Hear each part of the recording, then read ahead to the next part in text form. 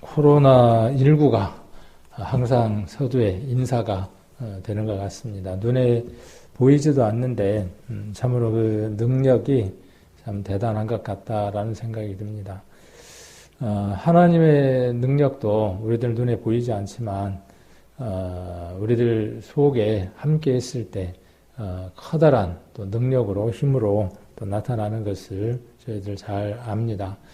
우리가 이렇게 또 인터넷이라고 하는 매체를 통해서 예배를 드릴 때 우리들의 심령 안에 보이지 않는 그 하나님이 능력으로 역사할 수 있는 그런 시간이 되기를 원합니다. 오늘은 에레미야 17장을 같이 상고해 보는 시간을 가지려고 합니다. 에레미야 17장 5절부터 8절까지의 말씀을 같이 좀 나눠보려고 하는데 주제는 복 있는 사람이다 하는 제목으로 한번 말씀을 나눠보려고 합니다. 먼저 7절, 8절 같이 한번 읽어보도록 하겠습니다. 집에서도 또 각각 그 서서에서도 같이 한 목소리로 읽으시면 좋을 것 같습니다. 7절, 8절 같이 한번 읽겠습니다. 그러나 무릇 여호와를 의지하며 여호와를 의뢰하는 그 사람은 복을 받을 것이라. 그는 물가에 심기운 나무가 그 뿌리를 강변에 뻗치고 더비가 올지라도 두려워 아니하며 그 입이 청청하며 가무는 해에도 걱정이 없고 결실이 그치지 아니함 같으리라. 아멘. 유다가 하나님 앞에 범죄함으로 말미암아 이웃에 있는 나라를 들어서 하나님이 심판하실 것이다 하는 그 경고의 메시지를 예레미야가 말하고 있는 것이죠. 그래서 예레미야가 하나님을 의지하라, 의뢰하라. 그리고 하나님을 의지하고 의뢰하는 사람이 복 있는 사람이다. 복을 받을 것이다. 이렇게 이야기를 하고 있습니다. 그래서 우리가 보는 이 7절을 보시면 복을 받을 것이다 하는 것이 뒤쪽에 가 있죠. 우리가 보는 그 말들은 지난번에도 그런 말씀을 잠깐 드렸지만 우리나라 말은 끝까지 들어야 알죠. 뭔 말들인지 끝까지 들어봐야 알지. 이렇게 이야기를 하는데 어순이 우리하고 조금 다른 나라들은 중요한 단어를 앞쪽에다 두는 경우들이 많습니다. 그래서 지금 우리가 보는 이 17장 7절에도 중요한 단어가 어떤 게 중요한 단어냐 하면 복을 받을 것이라고 하는 것이 중요한 단어입니다. 그래서 원문의 내용을 보면 복을 받을 것이다 하는 것이 앞으로 가 있습니다. 그러면 어떤 사람이 복을 받을 것인가 하는 것이죠.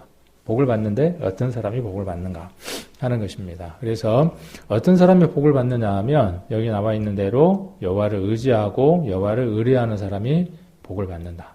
그러면 그 복의 내용은 무엇인가 하는 것이죠. 그것이 8절이 되겠습니다. 근데 여기 7절에 보시면 그러나라고 되어 있죠. 이게 그러나라고 하는 것은 앞에 어떤 이야기를 했기 때문에 그러나라고 하는 내용이 나오니까 어디부터 한번 봐야 되느냐 하면 5절부터 한번 읽어볼 필요가 있겠죠.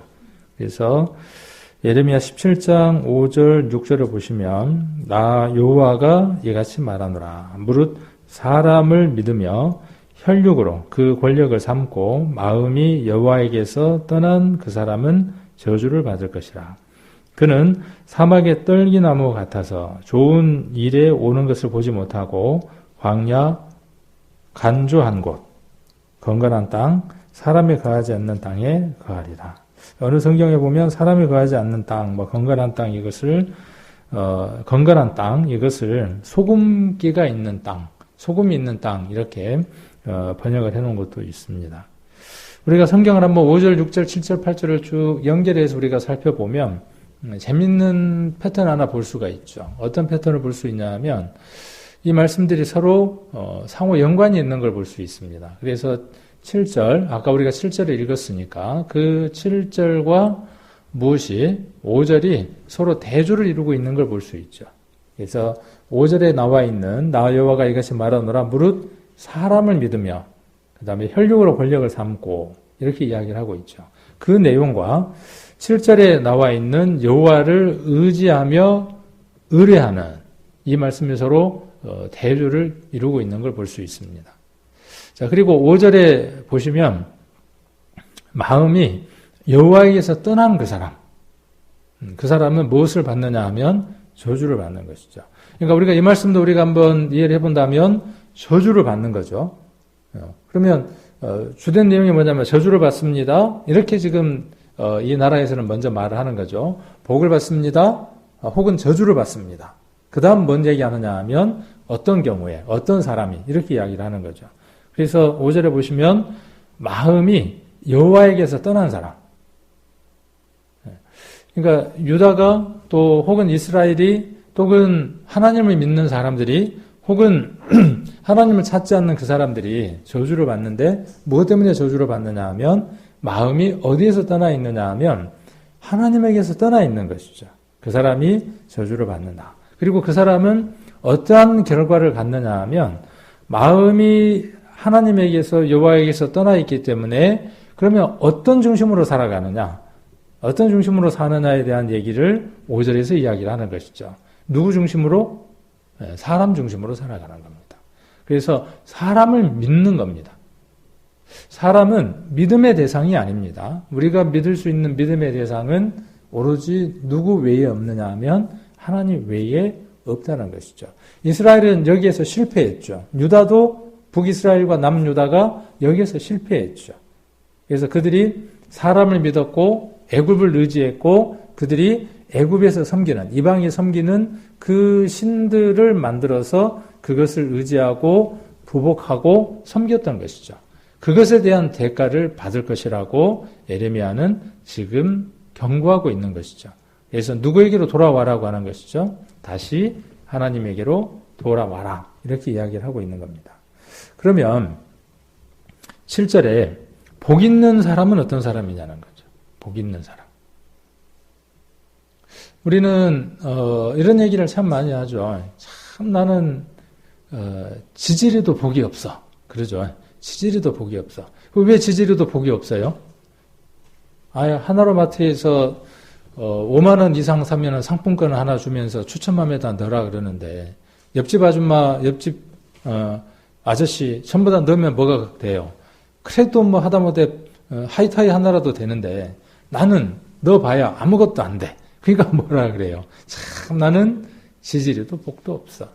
그래 자식 복도 없고 그 다음 또 뭔 복도 없고요. 남편 복도 없고 또 뭐 마누라 복도 없고 또 뭐 나는 사람 복도 없어. 사람들은 이렇게 그 복이라고 하는 것을 거기에다가 많이 넣어서 사용을 합니다. 그러면 성경에서 이야기하는 복이라는 것은 어떤 것일까 하는 것이죠.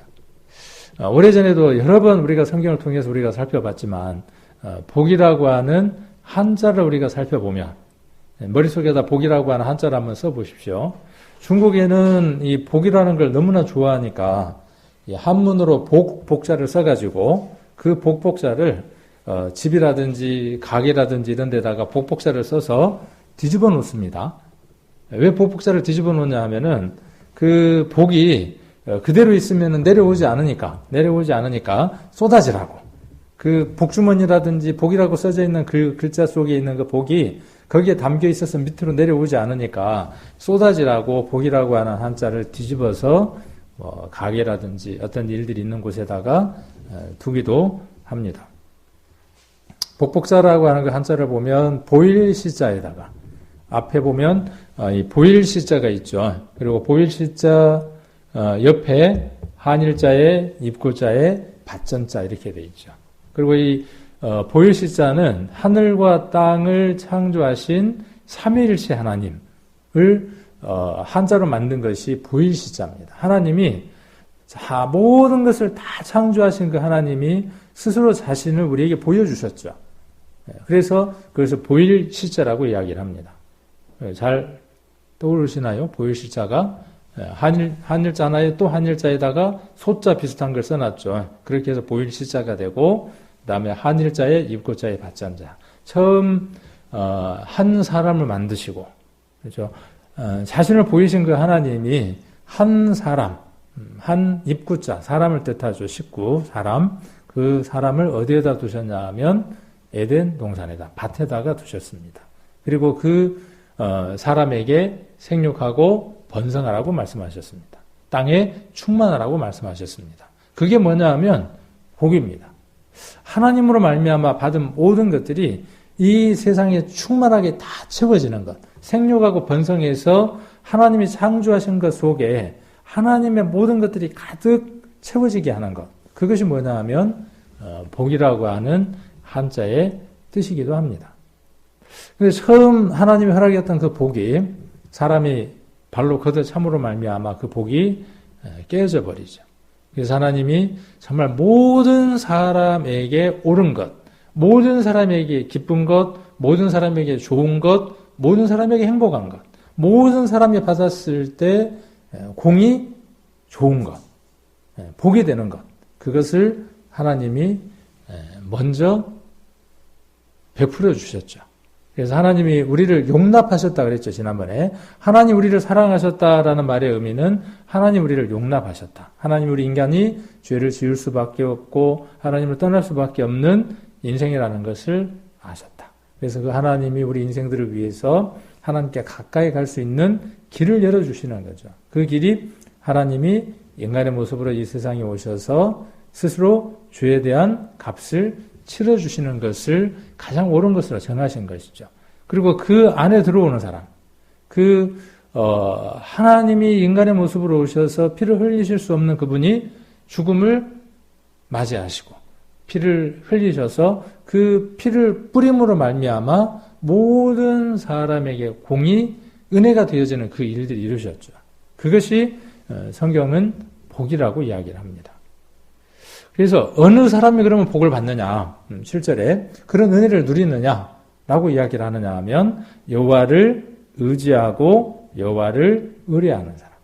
물론 이 당시에 유다의 입장에서는 그런 외세로부터 침입이라든지 하나님으로부터 그 심판으로부터 면할 수 있는 방법, 은혜를 얻을 수 있는 방법, 그것은 하나님을 의지하고 의뢰하는 것이다 라고 하는 시대적인 것, 역사적인 것, 문자적인 것들을 갖고 있겠지만은 성경 전체 속에서 우리가 우리에게 교훈을 받고 우리의 것으로 이것을 받는다라고 이야기를 한다면 우리가 가장 큰 복을 받는 것, 그 복 안에 있는 것은 어느 때라고 지금 예레미야는 이야기를 하느냐 하면 여호와를 의지하고 의뢰하는 것이다 라고 이야기를 합니다.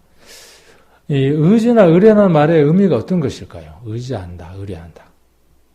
이 사전적인 의미, 우리가 그냥 일반적으로 생각하는 그 의미들은 의지나 의뢰가 어떤 것들이냐 하면 친구들하고 이제 그냥 우리가 쉬운 예를 한번 들어본다면 옛날에 어렸을 때 뭐 초등학교 다니고 중학교 다니고 할 때 그 동네 애들이나 누구하고 이렇게 이제 싸움이 붙잖아요. 그럼 싸움이 붙어가지고 막 뭐 하다가 뭐라 그래요. 우리 집에 우리 형이 있는데 우리 형이 와서 너 혼내줄 거야 막 이런 식으로 하죠.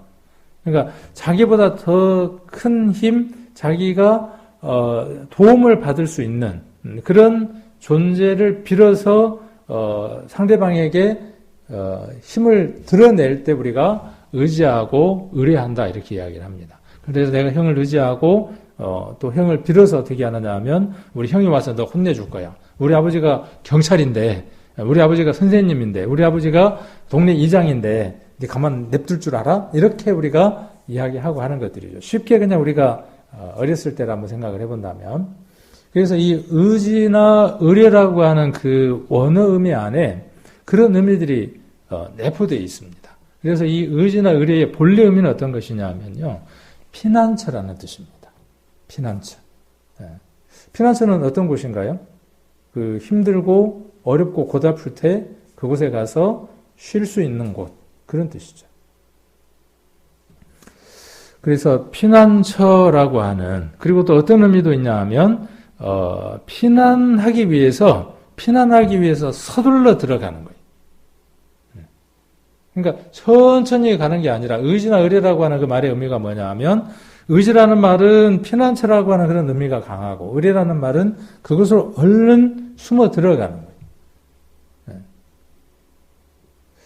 그래서 피난처 또 의지, 의뢰라고 하는 말은 무엇이 전제가 되어져 있는 것이냐 하면 심판이나 그렇죠? 어떤 것이 전제되어 있는 것이죠. 어려움이나 역경이나 이런 것들이 전제되어 있는 의미가 뭐냐면 의지나 의뢰라고 하는 의미죠. 궁극적으로 우리에게 영원한 심판이 있을 겁니다. 불심판이 있고 그곳에서 누구든 면할 수 있는 사람이 없을 것입니다. 그 영원한 불의 형벌로부터 피난처에서 보호를 받을 수 있는 방법은 누구에게로 서둘러 가는 것이냐 하면 여호와께로 서둘러 방향을 바꾸어서 가는 겁니다. 그래서 의지나 의뢰라고 하는 말은 어떤 의미냐 하면 가만히 이러고 앉아 있으면서 뭐 도와주시겠지, 뭐 잘해주시겠지, 뭐 그럴 거야 이러고 앉아 있는 게 아니라 어떻게 하는 것이죠? 서둘러 어떻게 하는 겁니까? 자, 비가 막 쏟아집니다. 비가 우수같이 쏟아지려고 하고 먹구름이 막 몰려온단 말이에요. 그러면 비를 피할 수 있는 어떤 처소가 있으면 어떻게 해야 되느냐 하면 뭐 조금 있다가 비 오겠지 뭐 내가 뭐 조금 맞으면 피하면 되지. 이게 아니라 어떻게 하는 것이죠? 서둘러서 어떻게 하는 거예요? 그 장소로 뛰어가는 거죠.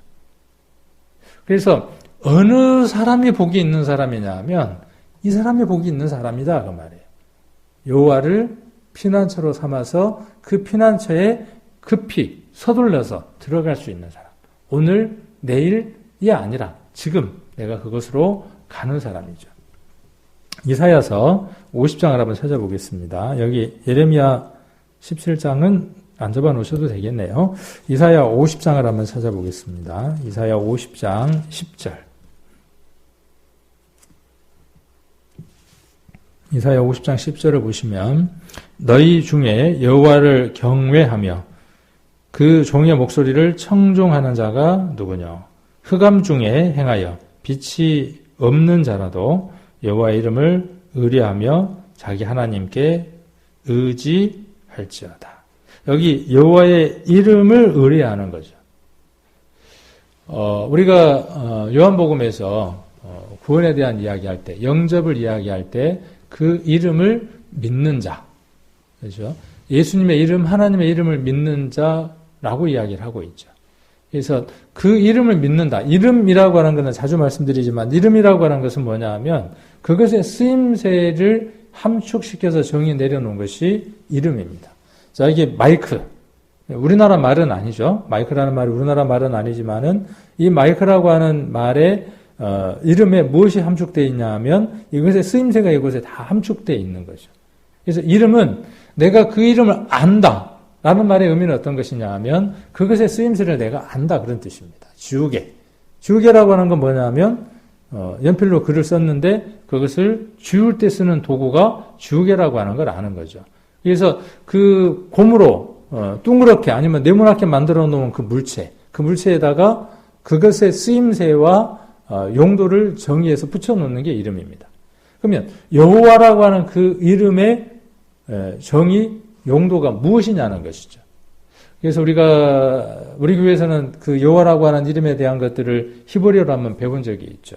그 여호와라고 하는 그 이름의 의미 안에 무엇이 이미 들어 있습니까? 그의 손을 보라. 그의 못자국을 보라.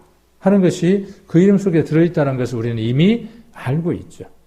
성경을 한만 배우더라도 성경을 모든 것들을 다 안다고 할지라도 그 핵심에 되는 내용을 알지 못한다면 여호와의 이름의 뜻이 무엇인지를 알지 못한다면 예수님의 이름의 뜻이 무엇인지를 알지 못한다면 그 용도대로 쓸 수가 없는 거죠.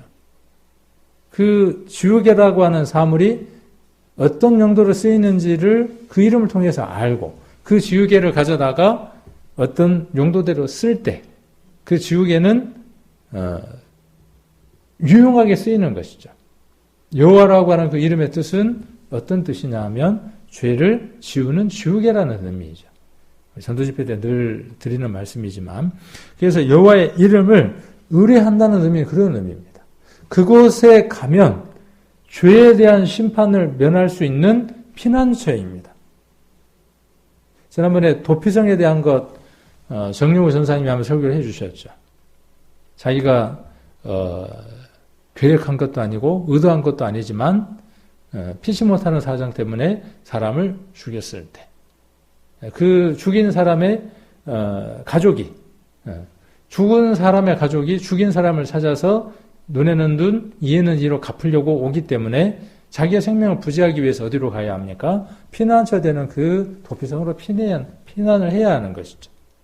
우리가 죄인 되었다는 사실을 알지 못하고 끊임없이 죄를 짓고 살아왔죠.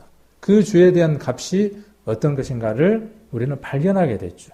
그리고 그 핏값을 찾는 자, 율법의 그 요구대로 그 값을 치르지 못하면 영원한 형벌을 받는다고 하는 그 메시지를 우리는 받았고, 그 형벌의 값을 피하기 위해서 피난처 대신 예수 그리스도가 계시다는 것을, 하나님이 그 피난처 되셨다는 사실을 알고 그 이름을 의뢰해서 그 피난처에 숨는 자, 서둘러서 내일 믿어야지, 오늘 믿어야지가 아니라 지금 바로 그 믿음 안으로 들어가는 사람.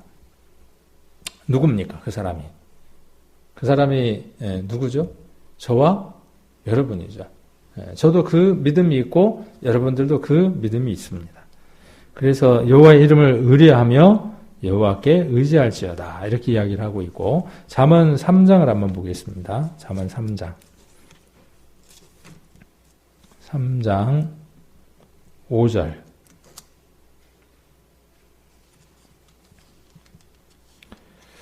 잠언 3장 5절 6절을 보시면, 너는 마음을 다하여 여호와를 의뢰하고. 우리의 마음이 다할 수 있는 방법이 어떤 것일까요? 우리는 자식들을 향해서 우리의 마음이 어떻든가요? 우리의 마음이 다하죠. 아프면, 자식이 아프면, 자식이 어떤 급박한 상황에 처하면 우리의 마음들은 어디까지 닿느냐 하면 끝에까지 닿죠. 그래서 그 자식의 아픔을 내가 나누고 싶고, 내가 대신 받고 싶고, 그 어려운 것들이 내게 오기를 원하는 마음이 간절하죠. 그것이 마음이 다하는 것이죠. 우리의 마음이 하나님께 다할 수 있는 방법은 무엇밖에 없냐 하면, 예수 그리스도의 십자가가 어떤 사랑인지, 어떤 은혜인지, 하나님이 자기 보좌를 버려두시고 인간의 모습으로 오셨다고 하는 그 사랑이 어떠한 사랑인지를 우리가 마음 가운데 담을 때, 그때 비로소 우리의 마음들이 어떻게 할 수 있냐 하면 마음을 다할 수 있는 것이죠. 그래서 너는 마음을 다하여 여호와를 의뢰하고 내 명철을 의지하지 말라는 것이죠. 사람들의 그 명철이 무엇을 못하게 하느냐 하면 마음을 다하지 못하게 하는 것이죠. 하나님이 어떻게 사람의 모습이 된다냐? 하나님이 어떻게 십자가를 지셨다냐? 어떻게 삼위일체라는 것이 있을 수 있다냐? 이것이 뭐냐 하면 사람들의 명철이죠. 구원을 받는데도 그렇고요. 우리가 신앙생활을 해나가며 살아가는 모든 삶들이 내 생각이나 내 방법이나 내 경험들이 앞서게 되면 그건 피난처가 될 수 없습니다. 내 명철을 의지하는 건 뭐냐면요, 결코 태풍이라든지 비라든지 어려운 것들을 막아줄 수 있는 피난처가 내 명철이 아니다는 것이죠. 내 경험이나 내 생각이나 내 경험이 나를 어려움으로부터 막아줄 수 있느냐? 그럴 수 없다는 것이. 그래서 6절에 너는 범사의 그를 인정하라는 것이죠. 그리하면 내 길을 지도해 주신다는 것이죠. 내가 내 길을 정해서 가는 것이 아니라 하나님의 내 길을 지도해 주시고 정해 주실 때 내가 그 길을 밟으며 가는 것이죠. 자, 이 사람이 어떤 사람이냐 하면 복을 받은 사람이죠. 자, 이 사람은 복을 받을 것이라 그랬는데 복을 받을 것입니다. 어떤 사람이? 여호와를 의지하고 의뢰하는 사람. 그의 그늘 아래, 피난처 아래 숨어 있는 사람은, 다윗은 시편에서 수없이 그런 시들을 지어서 하나님께 드렸죠. 하나님을 의지하고 의뢰했을 때 하나님이 어떤 도움을 주셨는가에 대한 찬양을, 시를 지어서 시편 아래 두셨죠. 그래서 피난처라고 하는 말을 다윗이 많이 하는 걸 볼 수 있죠. 자, 그 사람이 어떤 사람이냐 하면 이미 복을 받은 사람이다, 이렇게 이야기를 합니다. 자, 8절에 그러면 복을 받은 사람의 결과는 어떤 결과인가를 이야기를 하고 있죠. 그래서 그는 그랬어요. 그는 어떤 사람입니까? 여기 8절에. 성경을 보셔도 되지만 여기 PPT를 보시면 그는 그랬어요. 그러니까 그는 누구냐 하면 서둘러서 피난처로 들어간 사람. 다른 표현으로 복 있는 사람. 복 있는 사람은 물가에 심기운 나무. 물가에 심기운 나무가 그 뿌리를 강변에 뻗치고 더비가 올지라도 두렵지 아니하며. 이 표현은요, 우리나라에서는 그렇게 실감나지 않는 표현입니다. 그런데 이게 중동 지방, 특히 이스라엘의 그 사막 지대에서는 비가 오지 않는 그 건기가 되었을 때에 이들에게 있어서 이 표현은요, 마치 무엇과도 같으냐 하면 가뭄이 몇 달이 이어지다가 하늘에서 비가 쏟아지는 것 같은 그런 어떤 느낌의 단어이기도 합니다. 그래서 물가에 심기운 나무, 이거 쉬운 일이 아니에요. 그들에게 있어서. 그런데 그 물가에 심기운 나무가 그 뿌리를 강변에 뻗치고 더위가 올지라도 두려워하지 않는 거죠. 어디로 뿌리가 내려 있으니까요. 뿌리가 어디로 내려 있으니까 시냇가에, 물가에 그 뿌리가 내려져 있으니까 근원이 어디에 도달해 있는 겁니까? 그 근원이 어디에 도달해 있느냐 하면 물가에. 복 있는 사람은 그 근원이 어디에 가 있는 겁니까? 여호와께 가 있는 것이죠. 저와 여러분은 그 근원이 어디에 맞닿아 있느냐 하면 여호와께 맞닿아 있는 것이죠. 복 있는 사람이니까. 그러면 그 복 있는 사람에게 더위가 온다 안 온다? 이거 온다. 그렇죠? 더위가 올지라도 그랬어요. 구원받은 사람들에게, 예수님 믿는 사람들에게, 구원받은 사람들에게, 광양 생명교회 다니는 사람들에게 사람들은 종종 뭐라고 이야기하느냐 하면 열심히 교회 다니는데 왜 부자가 못 돼? 열심히 교회 가는데 왜 그렇게 힘든 일들이 많아? 열심히 하나님 믿는다고 하는데 너희들은 왜 잘 안 풀려? 그렇게 이야기를 하죠. 그럴 때 우리는 이 말씀들을 충분히 설명해 줄 수 있겠죠. 이 세상을 살아가는 날 동안에는 이 더비라고 하는 것은 믿는 사람이든 믿지 않는 사람이든 피할 수 없는 것이다. 그러나 그 근원이 뿌리가 어디에 닿아 있는지는 누구만 아는 것입니까? 본인들만 아는 것이죠. 자, 그래서 그 입이 청청하며 가무는 해도, 가무는 해가 오는 겁니다. 더위도 오고 가무는 해가 오는 거죠. 더위는 반짝 잠깐이라고 생각할 수 있겠지만 이 가무는 해라고 하는 건 뭐예요? 지속되는 것이죠. 그래도 걱정이 없어요. 왜? 뿌리가, 근원이 어디에 있으니까. 그래서 결실이 그치지 않는 거죠. 결실이 그치지 않는 겁니다. 자, 그 뿌리가 물가에 심기워서 뿌리가 깊이 강변에까지 다 있어요. 그리고 잎이 청청해요. 모든 것들이 다 풍족해요. 그런데 무엇이 없다면요? 무엇이 없다면. 자, 더위도 오고 가뭄 해도 오는데 거기에 무엇이 없다면. 여기 결실이 없다면. 그러니까 결국은 농부가 원하는 것, 바라는 것은 무엇이냐면요. 그 나무에 맞는 열매라는 것이죠. 그 나무를 보아 그 열매를 안다고 하시는 그 예수님의 말씀처럼. 그래서 결실이 그치지 않는 거죠. 저와 여러분 삶 안에 여러분들이 여호와를 의지하고 의뢰하고 그분을 피난처 삼아서 복을 받아서 살아가는 사람이라면, 오늘 말씀의 제목처럼 복 있는 사람이라면 저와 여러분에게 삶에 있어서 열매는 어떤 열매를 맺히겠습니까? 자, 더위가 옵니다. 가무는 해가 옵니다. 그럴지라도 어떻게 해야 되겠어요? 뿌리는 여전히 뻗쳐나가고 있겠죠? 그리고 잎은 어떻게 했습니까? 청청해야 되겠죠. 구원받은 그리스도인들이 막 얼굴이 찌그러져가지고 살아가요. 그것도 아닌 것이죠. 어떤 질병이 온다고 할지라도, 암이 온다고 할지라도, 죽음이 내게 다가온다고 할지라도, 집안이 욥처럼 다 쫄딱 망했다고 할지라도, 내 자녀들이 어떠한 우한 가운데 있다고 할지라도, 그렇죠? 그렇다고 할지라도 어때요? 그 뿌리가 어디에 뻗쳐 있다면, 강변에 뻗쳐 있다면 청청해야 하겠죠. 풀어라야 하겠죠. 그리고 그러한 상황 가운데서도 무엇이 있어야 되겠어요? 결실이 있어야 되겠죠. 이 결실은 인위적으로 만들어지는 것이 아니죠. 결과물이죠. 그것에 있는 결과물이 결실입니다. 자, 그리고 6절 한번 보시면 반면에, 그러니까 8절은 무엇에 대한 결과가 되겠습니까?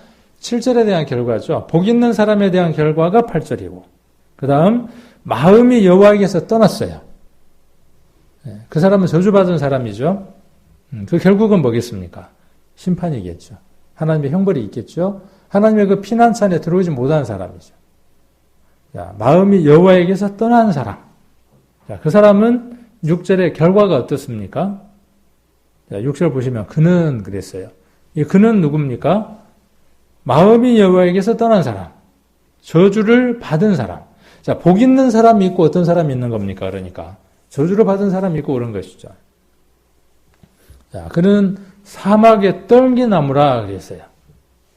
여기 물가에 심기운 나무, 그럼 이스라엘은 금방 압니다. 사막에 오아시스가 있고요. 물이 있는 그 웅덩이 같은 곳을 오아시스라 그러죠. 거기에 오아시스 주변에요. 무엇이 있느냐 하면 종려나무들이 있습니다. 야자나무, 종려나무들이 있는데요. 그 종려나무가 얼마나 높이 올라가냐 하면 아가서 같은 데 보면 쭉쭉 하늘을 향해서 뻗어 있습니다. 우리 여자들 보면은 그 매끈하게 이렇게 그 신체를 가꾼 여자들이 있죠. 그런 것처럼 종려나무를 아가서에서 그렇게 표현을 했죠. 그렇게 쭉 하늘을 향해서 뻗어 있는 그 나무. 그 나무는 무엇 때문에 그것이 가능하냐 하면 아까 물가에 심기었기 때문이라는 것이죠. 반면에 성지순례를 가서 차를 타고 사막을 쭉 이동을 하다 보면요. 사막 넓은 곳에 간혹 풀더미 같은 게 이렇게 몇 개 솟아 있는 것들이 있어요. 그게 밑에 물은 있긴 있는 거예요. 그러니까 물은 있는데 마른 거죠. 말라버린 거죠. 그곳에 무엇이 있느냐 하면 가시떨기 나무 같은 것들이 있습니다. 우리가 보통 뭐 시띠나무라고 이야기하는 것들.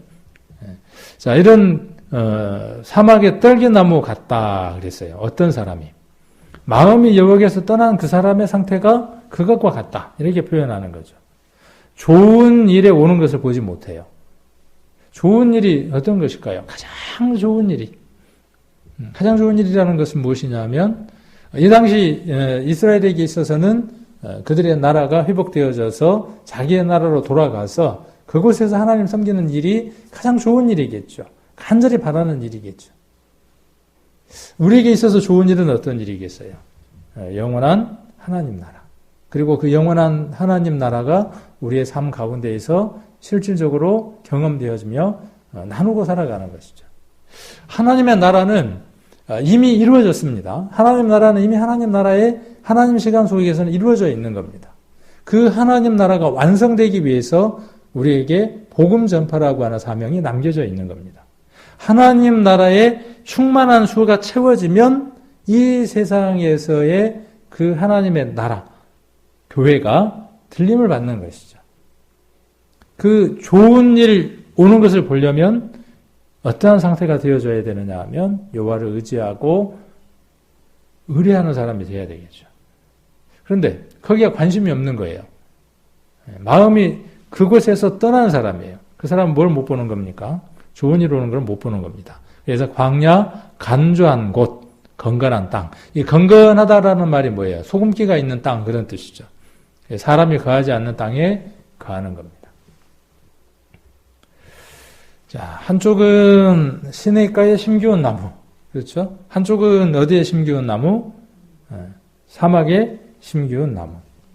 그래서 사람에게 좀 쉬운 그 의역을 한번 옮겨 보았습니다. 사람에게 의지하는 자와 쓰러질 몸을 제 힘인 양 의지하는 자는 저주를 받으리라.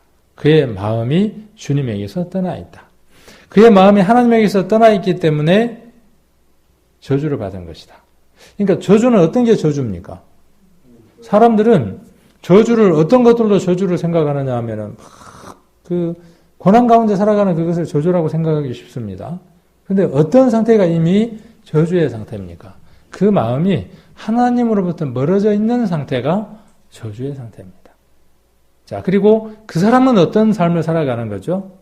마음이 하나님에게서 떠났기 때문에 그 사람은 저주가 시작된 것이고 그 저주의 첫머리가 뭐냐 하면 사람을 의지하게 되는 겁니다. 그리고 쓰러질 몸을 제 힘인 양 의지하는 거죠. 사람의 권력을 의지한다라고 하는 걸 5절에서는 이렇게 이야기를 했습니다. 그는 사막의 덤불과 같아 좋은 일이 찾아드는 것도 보지 못하리라. 그는 광야의 메마른 곳에서 임적 없는 소금 땅에서 살리라. 반면에 주님을 신뢰하고 그의 신뢰를 주님께 주는 이는 복되도다. 어느 사람이 복된 사람인 겁니까?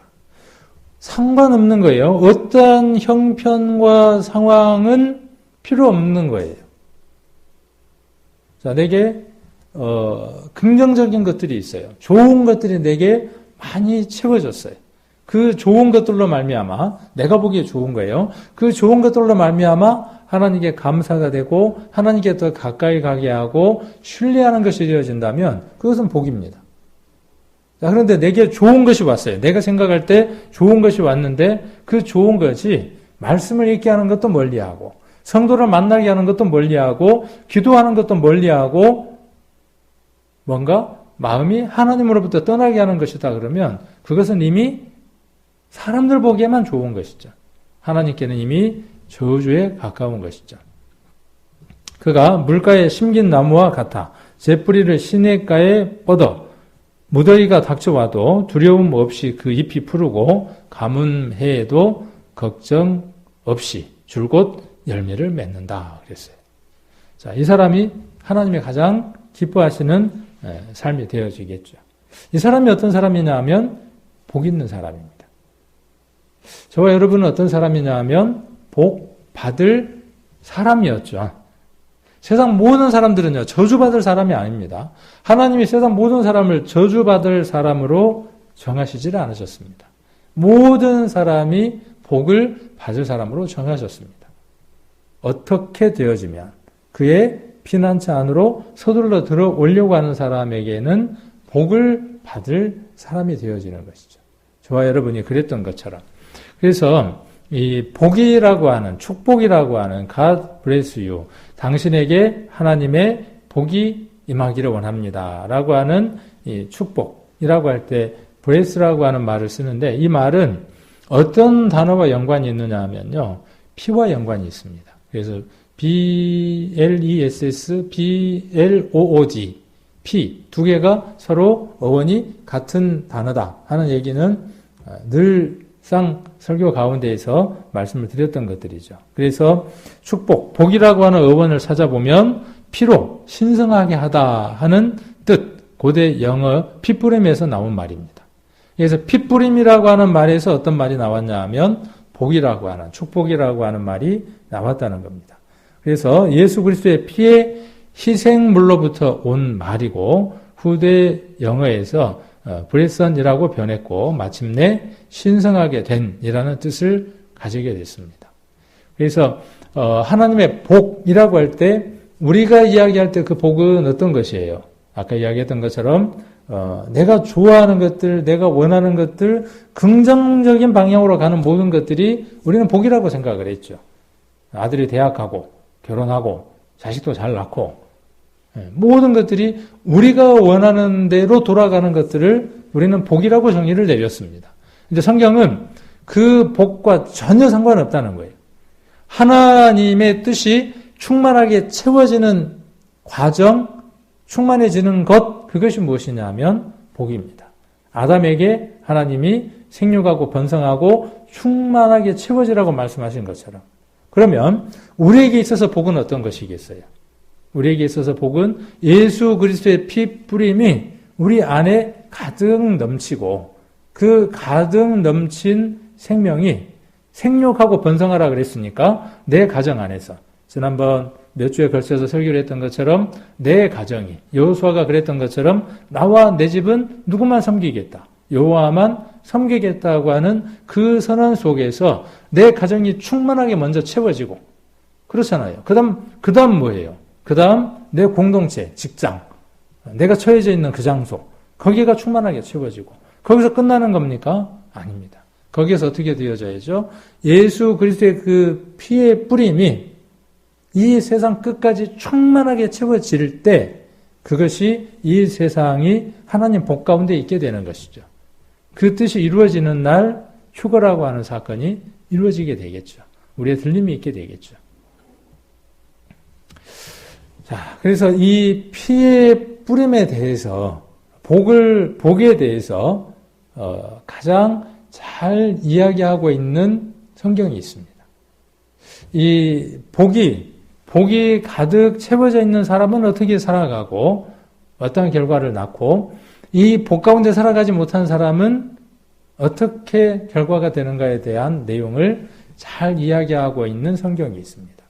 우리가 예레미야 17장 5절로 8절까지의 성경을 쭉 읽을 때 여러분들 마음속에 그래도 성경을 몇 번 읽었다고 하는 분들은 평형이 되면서 떠오르는 성경이 있죠. 예레미야 17장 5절로 8절까지를 쭉 읽을 때 어떤 성경이 떠오르던가요? 저는 자연스럽게 어떤 성경이 떠올랐냐 하면 시편 1편이 떠올랐습니다. 그래서 예레미야 17장과 시편 1편은 뛸래야 뛸 수 없는 관계 속에 있습니다. 그래서 아까 7절에서는 복 있는 사람에 대해서 이야기를 했고 5절에서는 저주받은 사람에 대한 얘기를 하고 있죠. 악인에 대한 이야기를 하고 있죠. 그 결과에 대해서, 복 있는 사람의 결과에 대해서 8절에, 저주를 받은 사람에 대한 결과에 대해서 6절에 이렇게 이야기를 하고 있는 것이죠. 시편도 마찬가지입니다. 시편 1편으로 한번 가보겠습니다. 그래서 오늘은 복 있는 사람에 대한 내용인데 저와 여러분이 복 있는 사람입니다. 그리고 복 있는 사람은 이러한 삶들을 살아갑니다. 라는 것에 대한 제시가 되어지는 거죠. 그래서 예레미야서에서는 그의 피난처 아래에서 늘 여호와를 의지하고 의뢰하고 살아가는 사람이 복 있는 사람의 바른 삶입니다. 마음이 하나님께 고정되어 있어야 됩니다. 이렇게 지금 예레미야가 이야기를 하는 것이고, 반면 시편 1편을 보면 시편 1편에서는 어떻게 이야기하고 있는가를 우리가 한번 살펴볼 수 있겠죠. 결론은 같은 결론을 우리가 내릴 수 있습니다. 그래서 복 있는 사람은 시편 1편 한번 보시면 많이들 외우시죠? 우리 시편에 보면 몇 편의 성경들을 외우는 분들이 있는데 시편 1편하고 그 다음 또 어디죠? 또 30 몇 편이죠? 33편인가요? 시편 30 몇 편하고 그 다음에 133편 또 뭐 119편에 나와 있는 말씀들 가운데에 많은 구절들은 우리가 또 외우려고 하고 또 깊이 아는 말씀들이죠. 그래서 시편 1편을 보시면 복 있는 사람은 악인의 꾀를 쫓지 아니하며 죄인의 길에 서지 아니하며 오만한 자의 자리에 앉지 아니하고 오직 여호와의 율법을 즐거워하여 그 율법을 주야로 묵상하는 자로다. 저가 아까 예레미야 7장 8절하고 비슷한 내용을 이야기를 하고 있죠. 제가 시내가에 심은 나무가 시절을 쫓아 과실을 맺으며 그 잎사귀가 마르지 아니함 같으니 그 행사가 다 형통하리로다. 악인은 그렇지 않으며 오직 바람에 나는 겨와 같도다. 그러므로 악인이 심판을 견디지 못하며 죄인이 의인의 회중에 들지 못하리로다. 대저 의인의 길은 여호와께서 인정하시나 악인의 길은 망하리로다. 이스라엘은 하나님의 백성이었죠. 하나님께 선택받은 백성이었지만 그 백성들 가운데 일부는 하나님을 의지하고 의뢰하고 살아갔는가 하면 반면 하나님을 의지하지 못하고 살았던 사람들이 있었던 것들을 볼 수 있죠. 성경은 이렇게 이야기하기도 합니다. 하나님을 의지하고 의뢰하고 살았던 그 이스라엘의 백성들을 의인이라고 표현하기도 하고 반면 이스라엘 백성 가운데입니다. 이스라엘 백성 가운데에 하나님을 거절하고 그 마음이 여호와께 떠나서 우상을 섬기거나 사람을 의뢰했을 때 그들을 성경에서 또 무엇이라고 표현하느냐 하면 죄인이라고 악인이라고 표현하기도 합니다. 그래서 이 말씀들을 이 사람은 천국 갈 사람, 지옥 갈 사람 이렇게 만일 나눠버린다 그러면 우리와 별개의 말씀이 되어지는 것이죠. 구원함을 받은 우리에게도 구원함을 받고 살아가는 우리들에게도 하나님의 의인이 되어졌고 하나님의 자녀가 되어졌지만 그 자녀 가운데에 기쁨을 드리는 자녀가 있는가 하면 근심을 드리는 자녀가 있을 수도 있죠. 우리는 이 말씀들을 그렇게 교훈으로 받을 수 있어야 하겠죠. 그래서 복 있는 사람은 하나님께 기쁨을 드리는 사람으로, 악인은 어떤 사람으로? 하나님께 근심을 드리는 사람으로. 그러면 이 말씀을 읽을 때 복 있는 사람은 나야. 악인은 누구야? 우리 교회 거시기 있잖아. 맨 너긋난 돼지발톱처럼 말도 안 듣더만 그 사람을 두고 하는 말이야. 오늘 설교 누구 들어야 돼? 그 사람 꼭 들어야 될 것 같아. 그게 아니라 내 삶 안에 정말 하나님이 기뻐하시는 시간들, 삶들이 있는가를 돌아보는 것이죠. 하나님을 금심되게 하는 삶들이 어떤 것이 있는가를 돌아보는 것이죠. 그래서 내가 이 말씀에 해당되지 않도록, 복 있는 자에게 해당되도록 내 삶들을 변화시키고 바꾸는 것이 하나님이 원하시는 뜻인 것이죠. 말씀은 우리에게 있는 뜻인 겁니다. 자, 그래서 시편 1편에 나와 있는 복 있는 사람을 구원받은 사람, 악인은 구원받지 못하는 사람, 그건 너무 초짜입니다, 이건요. 예. 물론 그것으로 우리가 이해해 볼 수도 있어요. 예. 그렇죠? 전도 집회 때는 우리가 그렇게 이야기할 수 있을 겁니다. 그러나 이제 우리에게는요, 이 말씀이 하나님을 기쁘게 드리느냐, 근심을 드리느냐에 대한 관점에서 우리가 살펴볼 수 있어야 되겠죠. 이 부분도 둘로 나눠볼 수 있습니다. 아까 예레미야는 7절, 8절, 5절, 6절 이렇게 나눴던 것처럼 시편 1편도 1절부터 3절까지를 한번 나눌 수 있고요. 또 4절부터 6절까지를 나눌 수 있겠죠. 복 있는 사람은 어떻게 살아가고 그 결과가 어떠하고 4절 악인은 마음이 하나님에게서 떠난 그 사람은 어떤 상태고 어떤 결과를 맞이하게 된다는 것들을 살펴보는 것이죠. 그래서 이 두 개의 말씀들은 우리가 어떻게 하나님 앞에 살아가는가에 대한 기준들을 볼 수 있는 중요한 대목이기도 합니다. 그래서 복 있는 사람은 무엇인가를 하지 않는 겁니다. 어떤 걸 하지 않느냐? 여기 보니까 자 여기를 이렇게 제가 한번 이야기를 한번 해보려고 합니다. 그래서 1절부터 4절까지 보시면 복 있는 사람이 하지 않는 게 있어요. 그게 뭐냐 하면 꽤, 길, 자리 이렇게 세 가지를 가지고 한번 생각을 해볼 수 있죠. 그래서 악인의 꾀와 죄인의 길, 오만한 자리에 멀어지는 거죠. 그걸 선택하지 않는 겁니다. 또 복 있는 사람이 하는 겁니다. 복 있는 사람이 하는 것, 자 해야 하는 것, 하지 않는 것 이렇게 한번 나눠볼 수 있겠죠. 그래서 여호와의 율법, 그 율법을 주야로 묵상하는 사람입니다. 그 사람이 어떤 사람이냐 하면 복 있는 사람이에요. 또 우리 조금 이 믿음의 차원이 아직까지 더 성장하지 못한 사람들은 율법이라고 하는 단어를 들으면서 율법은 구약에 국한된 것이야. 율법은 구원받기 전에만 해당하는 것이야. 율법은 긍정적인 것이 아니야. 이렇게 또 생각할 수 있지만 지난번에도 말씀을 드렸지만 율법이라고 하는 것은 하나님이 우리에게 주신 모든 말씀들을 지칭하는 것이다 그랬죠. 넓게는. 그리고 그 가운데에서 하라 하지 마라에 대한 기준으로 말한 것들을 우리는 율법이라고 이야기를 합니다. 그래서 하나님이 하지 마라고 하는 것을 묵상해서 버리는 것, 하라고 하는 것을 선택을 해서 하는 것, 그것이 무엇이냐 하면 복 있는 사람의 삶의 모습인 겁니다. 복 있는 사람의 결과는 뭐냐 하면 시절을 쫓아 과실을 맺는 거죠. 그리고 그 잎사귀가 마르지 않고 그래서 그 결론이 어떻습니까? 그 하는 일이 항상 형통하는 거예요. 우리가 하는 일에 어떤 일이 형통했으면 좋겠습니까? 입시 준비를 했는데 형통했으면 좋겠습니까? 잠깐이잖아요. 진급 준비를 하고 있는데 그게 형통했으면 좋겠습니까? 물론 그것이 어떤 목적이냐도 중요하겠죠. 그런데 우리가 세우는 우리가 하려고 하는 일, 행사라는 건 뭐냐면 내가 하려고 하는 일이죠. 행하고 있는 모든 일들이죠. 그 일들, 복음을 전하려고 하는 그 일들이 형통하기 위해서 우리에게 필요한 것들이 이러한 것들이 필요하다는 것이죠. 자, 악인의 꾀, 죄인의 길, 자리 그렇죠. 꾀라는 건 뭐냐면요, 어떤 가치관이에요. 그렇죠? 가장 어디서부터 시작하는 것이죠? 속에부터 생각하는 것이죠. 생각이에요. 그러니까 꾀는 뭐냐면 가치관이며 생각인 거예요. 여러분들은 세상 사람들과 생각을 공유하고 가치관을 공유합니까? 구원을 받으면요, 우리의 생각이 바뀝니다. 구원을 받으면 우리의 가치관이 바뀝니다. 그런데 우리의 가치관이 세상 사람들과 맞아 그런 가치관을 갖고 있다면 이미 악인의 꾀를 쫓고 있는 것이죠. 생각하는 대로 움직여지는 것이죠. 사람은. 그래서 그 다음이 뭐냐 하면 죄인의 길인 겁니다. 그러니까 서로 이 악인의 꾀와 죄인의 길과 오만한 자의 자리는 뛸래야 뛸 수 없는 순서 가운데 있는 것이죠. 죄인의 길이라 그랬어요. 지난번에 욥기에서도 길에 대한 이야기를 했었죠, 한번. 길이라는 건 뭐냐면요, 방식입니다. 그 사람이 살아가는 패턴이에요.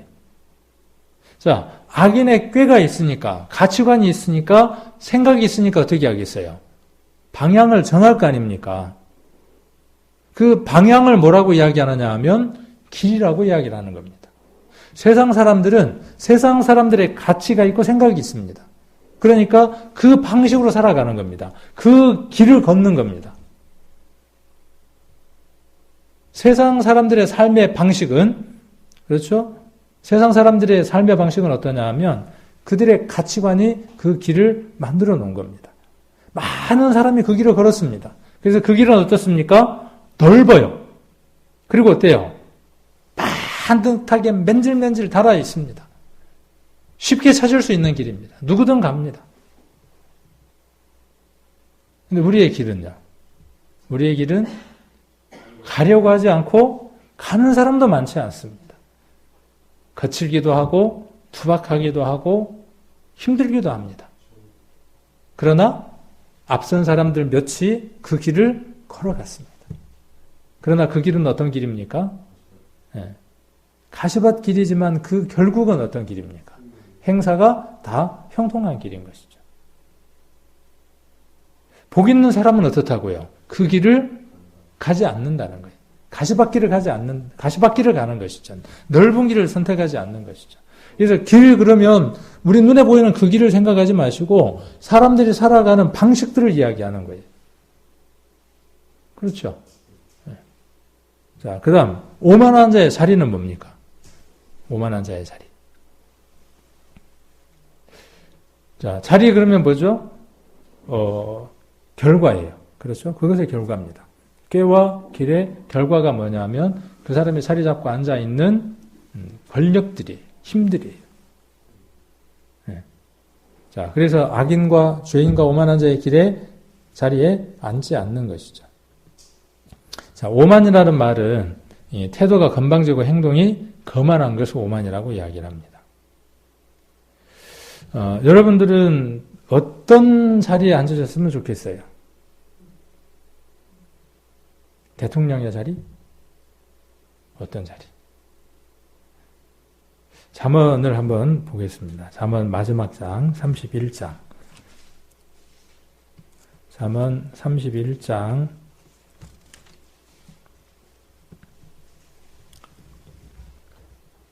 22절입니다. 22절 현숙한 여인에 대한 말씀이죠. 10절에 그는 현숙한 여인은 그 말입니다. 자기를 위하여 잠언 31장 22절 자기를 위하여 아름다운 방석을 짓는 겁니다. 이것이 복 있는 사람이 준비하는 자리입니다. 아름다운 방석입니다. 그리고 이 사람은 어떤 옷을 입었습니까? 세마포와 자색 옷을 입었습니다. 구원받은 사람에게 이 세마포와 자색 옷이 입혀져 있죠. 그리고 여러분은 어느 자리를 찾아서 앉으셔야 하느냐 하면 아름다운 방석으로 지어진 자리에 앉으셔야 합니다. 네, 오만한 자의 자리가 아니라. 자, 그래서 오만이라는 말은 그런 의미를 갖고 있고요. 그 다음에 율법. 율법은 율법이라고 하는 정의에 대해서는 수요일 날도 한번 정의를 내려드렸습니다. 율법, 규례, 법도 이런 부분에 대한 말씀들을 율례, 규례, 법도, 그 다음에 율법, 이런 그 단어가, 구약적인 단어다. 그래서 이미 지나가 버린 단어이기 때문에 그 단어는 우리와 의미가 없다. 이렇게 정의를 내릴 수 있는데 그 정의는 바르지 않거나 위험할 수 있는 정의이기 때문에 그 정의를 바꿔드릴게요 하고 수요일날 수정하는 작업을 해드렸습니다. 그래서 우리가 시편 119편을 통해서 말씀이라고 하는 단어와 율법이라고 하는 단어와 규례라고 하는 단어와 율례라고 하는 단어들이 혼용됐다는 것, 교호적으로 서로 쓰였다는 것, 말씀을 율례에다가 이퀄해서 쓰기도 하고 규례라고 쓰기도 하고 율법이라고 쓰기도 하고 서로 구분하지 않았다 하는 것들을 우리가 시편 119편을 통해서 여러분들에게 말씀을 해드렸습니다. 그래서 말씀이 있고 율법이 있다 그러면 둘은 동일한 의미로 쓰기도 하지만 같지는 않는 것이죠. 말씀과 율법이 같은 것이냐 그렇게 이야기를 하면 동일한 것이다 이렇게 정의하기는 어렵죠. 그러니까 말씀 속에 무엇이 있는 것이죠? 말씀 속에 율법이 있는 겁니다. 그렇죠? 네. 그래서 말씀 속에서 해야 할 것과 하지 말아야 할 것들에 대한 정의를 가리켜서 구약에서 율법이라고 이렇게 제한을 지었습니다. 그래서 해야 할 것은 248개. 지난번에 이것도 정리호 전사님이 말씀을 잘 해주시던데, 그리고 하지 말아야 할 것은 365개. 그래서 합쳐서 뭐냐면 613가지입니다. 이 율법이 지시하는 곳이 있죠. 율법은 반드시 지휘봉처럼 칠판에 글을 선생님이 쓰고 그 글들 속에서 중요한 것들이 있을 때 지휘봉을 가지고 중요한 단어를 가리키죠. 그렇죠? 다 가리킵니다. 그럴 때 그 지휘봉 끝으로 사람의 시선이 가게 되죠. 율법은 그것과 같은 것이죠. 결론적으로. 자, 무엇을 해야 하는 것이죠? 무엇을 하지 말아야 하는 것이죠? 자, 예수 그리스도를 향해 있는 것이죠.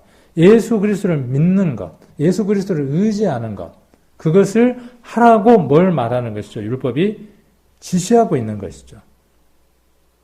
예수 그리스도를 만나지 못했기 때문에, 하나님 안에 있지 못하기 때문에 간음할 수밖에 없고 우상 숭배할 수밖에 없고 거짓말할 수밖에 없고 하나님을 떠나 있기 때문에 이렇다라고 율법이 지시해주고 있는 것이죠. 그걸로 보여주고 있는 것이죠. 그러니까 어떻게 하라는 것이에요? 그것을 버리고 그것을 해결할 수 있는 근원 되시는 분에게 뿌리를 깊이 내려라. 그렇게 말하고 있는 것이죠. 그러니까 율법은 지키지 않아도 되는 것이라고 하는 정의로 끝내버려서는 안 된다는 것입니다. 그래서 이런 오해들을 없애기 위해서 율법을 아까 시편에 뭐라고 되어 있었죠? 그 율법을 즐거워하여 주야로 묵상하는 자라고 했기 때문에 이 율법에 대한 정의가 바르지 않으면 율법을 즐거워하지도 않는데 지키지 않아도 된다고 이야기를 하는데 어떻게 즐거워할 겁니까? 그 정의가. 그다음 어떻게 주야로 묵상할 겁니까? 그래서 이 율법이라고 하는 것은 하나님이 우리에게 주신 말씀 속에서 하나님의 자녀이면 어떻게 해야 하고 하지 말아야 대한 것들에 대한 것들을 정의해 놓은 것이라고 여러분 마음들이 정리가 돼야 즐거워할 것들이 있는 것이죠. 그리고 주야로 묵상할 거 아닙니까? 자, 그 다음 묵상이라고 하는 것은 지난번에도 말씀을 드렸지만 묵상이라는 말은 약이라고 하는 그 말의 어원과 어원이 같습니다. 그래서 묵상이라는 말 한문으로 풀어갖고는요, 성경에 나와 있는 말들을 제대로 이해하기가 어렵습니다. 그래서 이 묵상이라는 말의 의미는 어떤 뜻이냐 하면 약을 먹는 것과 같습니다. 자, 내가 지금 감기가 걸리고 어떤 균이 내 안에 들어왔을 때 그 균을 없애기 위해서 약을 먹습니다. 그럼 약을 먹으면 약이 어디로 들어가나요? 식도를 통해서 쭉 타고 들어가서 어디에서 분해되면서 간이나 이런 곳에서 분해돼서 필요한 장소까지 퍼져야죠. 퍼지면 어떻게 됩니까? 그 균을 잡아서 죽일 때 그 약이 효과를 발휘하는 것이죠. 그러니까 묵상이라고 하는 말과 약이라는 말은 어원이 같은 것이에요. 우리가 말씀을 묵상한다는 것은 뭐냐 하면 내게 균이 있어요. 하나님이 합당치 않게 생각하시는 것이 있어요. 구약, 신약이라고 하는 하나님의 언약, 약속의 말씀을 우리가 먹는 겁니다. 먹으면 어떻게 돼야죠? 그 말씀이 어디를 찾아가야 돼요? 그 아픈 곳, 병든 곳, 문제가 있는 장소를 찾아가서 어떻게 해야 돼요? 물리치고, 그렇죠? 잘라내야 할 것은 잘라내고, 덮어줘야 될 것은 덮고, 그렇죠? 그렇게 해서 어떻게 돼야 돼요? 효과가 나타나야 되는 거예요. 그게 뭐냐 하면 묵상이에요. 무엇을 할 때? 율법을 주야로 묵상할 때 일어나는 결과예요. 그래서 약이 몸 안에 들어와 온몸에 퍼져 약효가 나타내는 것처럼 말씀을 묵상하는 것은 지식이나 정보로 들어온 말씀이 우리의 지, 정, 의와 영적인 영역까지 퍼져서 여기 우리를 장악하고 변화시키는 과정이 뭐냐 하면 율법을 묵상하는 과정입니다. 그러니까 말씀을 읽을 때 참 좋은 말씀 고맙습니다. 감사합니다. 오늘 말씀 잘 읽었습니다. 이건 뭐예요? 묵상 아니에요. 그 말씀을 읽으면 무엇이 와야 돼요? 아파야 돼요. 그렇죠? 무엇 때문에 아파야 합니까? 하지 말아야 하는 것이 있어서 그 하지 말아야 하는 것이 말씀을 읽을 때 드러나기 때문에 어떻게 해야 돼요? 괴로워야 돼요. 아파야 돼요. 그래야 약효가 지금 듣는 거예요. 내가 하나님 말씀 가운데 순종하며 살아가는 것이 있기 때문에 그 말씀을 읽을 때 어떻게 해야 돼요? 감사가 되어줘야 돼요. 행복해야 돼요. 말씀을 안 읽는 것보다는 읽는 것이 낫기는 하지만 말씀을 읽는 목적은 어디에 있어야 합니까? 치료입니다. 궁극적으로 어디에 있습니까? 변화되는 겁니다. 그래서 말씀은 묵상하는 것이고 이 묵상은 장소나 시간이나 형식에 매이지 않는 것이죠. 그래서 어떻게 할 수 있어요? 주야로 할 수 있는 거예요. 어디서든지 할 수 있는 거예요. 단 무엇이 먼저 이루어져야죠? 먼저 정보를 넣어야죠. 우리 안에 넣고 약을 털어 넣어야죠. 안 넣으면 약발이 들어야 안 들어요? 저기 책상 위에다 약을 올려놓고 나을 거야 해봐야 낫냐고요. 그 약을 먹어야 효과가 나타나는 것이죠. 먹고 그 다음 퍼져야만 하는 것이겠죠. 자, 그래서 복 있는 사람이 하지 않는 것은 이런 것을 하지 않는 것입니다. 그래서 이 시편에는 어떤 것들에 대한 내용을 잘 이야기를 하고 있냐면요. 타작마당에 대한 이야기를 잘 하고 있습니다. 우리가 이 타작마당 그러면은 딱 무엇만 생각하느냐 하면 곡식을 뭐 하는 거예요? 탈고 가는 것만 생각을 합니다. 근데 성경을 잘 읽어보면 이 타작마당이 어디하고 연결되어져 있냐 하면 성전하고 이어져 있습니다. 그러니까 아주 재밌습니다. 이것은 우리 성도님들이 한 주간 한번 성경을 찾으면서 묵상을 해보시면 참 좋을 것 같아요. 타작마당과 성전하고의 관계. 그래서 타작마당에서는 뭘 하느냐 하면 이스라엘의 타작하는 모습이에요. 타작하는 모습인데 이렇게 타작을 합니다. 우리나라 타작하는 거하고 좀 다르죠. 우리는 어떻게 합니까?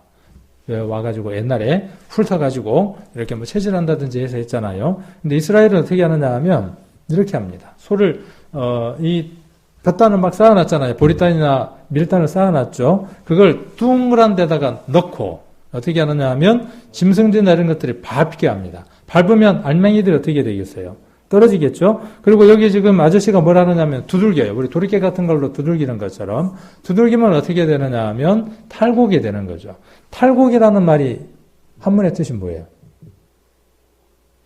타작, 탈곡. 탈곡은 곡식을 털어내는 게 탈곡이고 타작을 해서 탈곡을 하는 거잖아요. 타작이라는 건 뭐냐면은 곡식을 때리는 거죠. 그죠? 때리는 겁니다. 때리면 어떻게 돼요? 떨어져 나오는 거죠.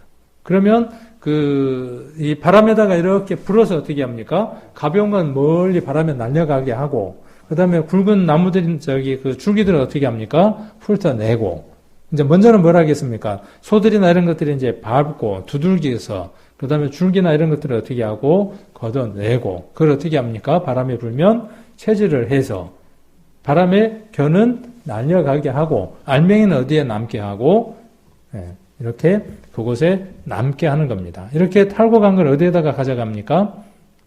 그릇에 담아서 어디로 가지고 가는 거죠? 창고로 드리는 거죠. 자, 마태복음 한번 같이 찾아보겠습니다. 마태복음, 마태복음 3장 한번 같이 보시겠습니다. 마태복음 3장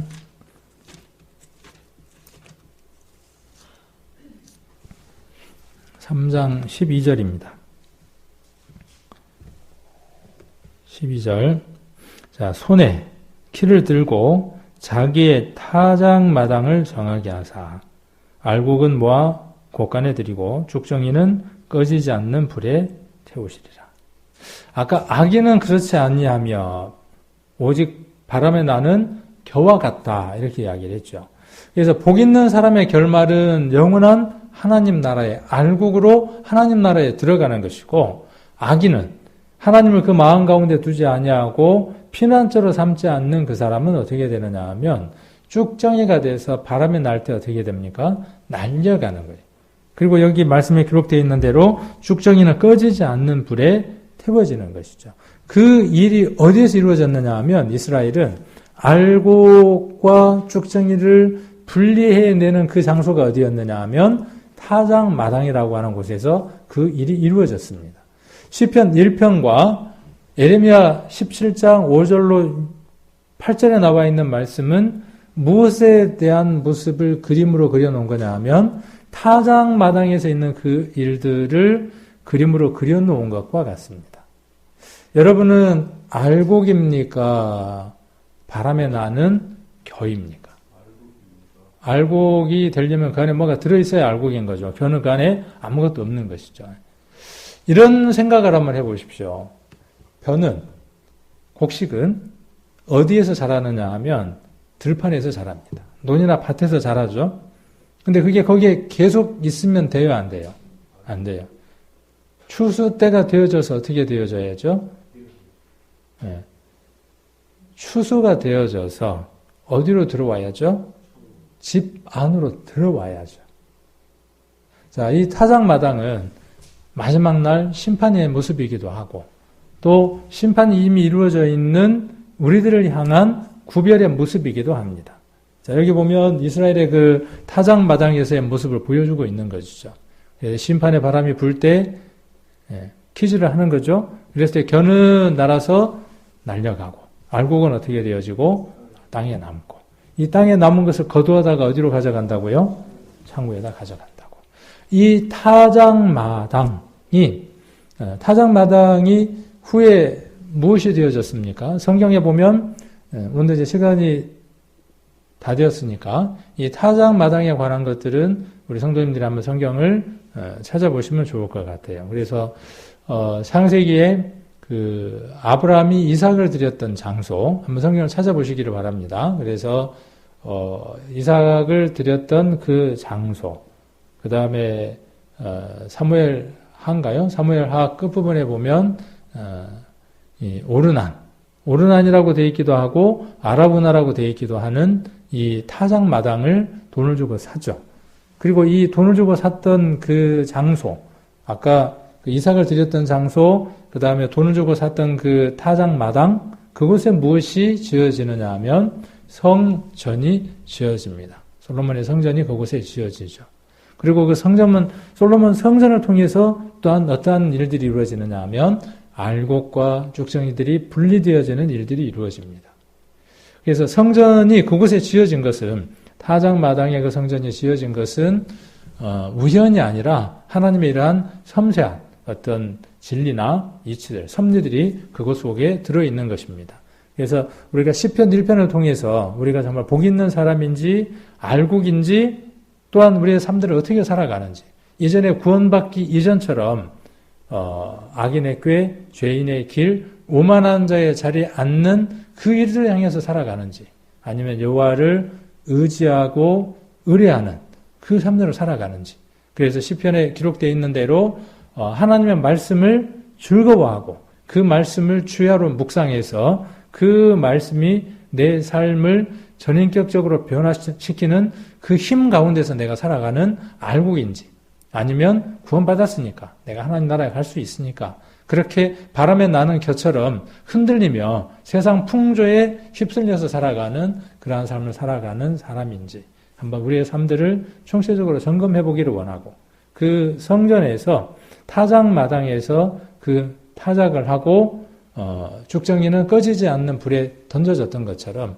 이제 그 타작마당인 그곳에 성전이 세워졌던 것처럼 이제 우리들 10년 가운데에 성전이 있고 이 성전 속에서 우리가 어떤 삶을 살아가는지 알곡인지 견지 우리 스스로 판단할 수 있는 삶들을 살아가는 분들이니까 알곡 같은 삶들을 살아가는 그래서 복 있는 사람으로서의 삶을 살아가는 저와 여러분이 되어졌으면 좋겠습니다.